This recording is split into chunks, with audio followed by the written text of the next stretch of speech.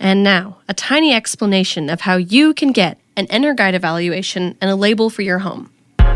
Maybe you're looking at doing some renovations. You want to make your home more efficient, and you don't know where to start. Turns out every home, old or new, has inefficient systems, or even air leaks that impact its energy consumption. If you know how your house consumes energy and how it wastes it, you can make it comfier and more efficient. So how do you know?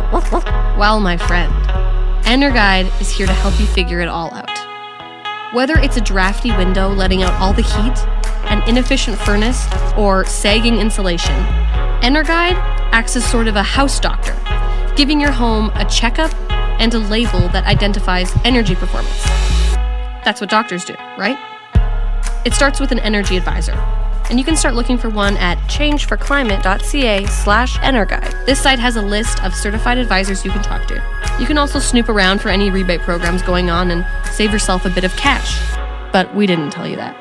Next, the energy advisor will take a trip to your home for an evaluation and run a number of non-intrusive diagnostic tests inside and outside your home. They do a blower door test to check for air leakage and make sure your windows and doors are sealed up tight, and they'll check your heating system and insulation. It's pretty comprehensive stuff and takes 2 to 3 hours on average. Once it's all said and done, a report and a crisp new EnerGuide label will be created just for your home. The label will arrive within 14 days.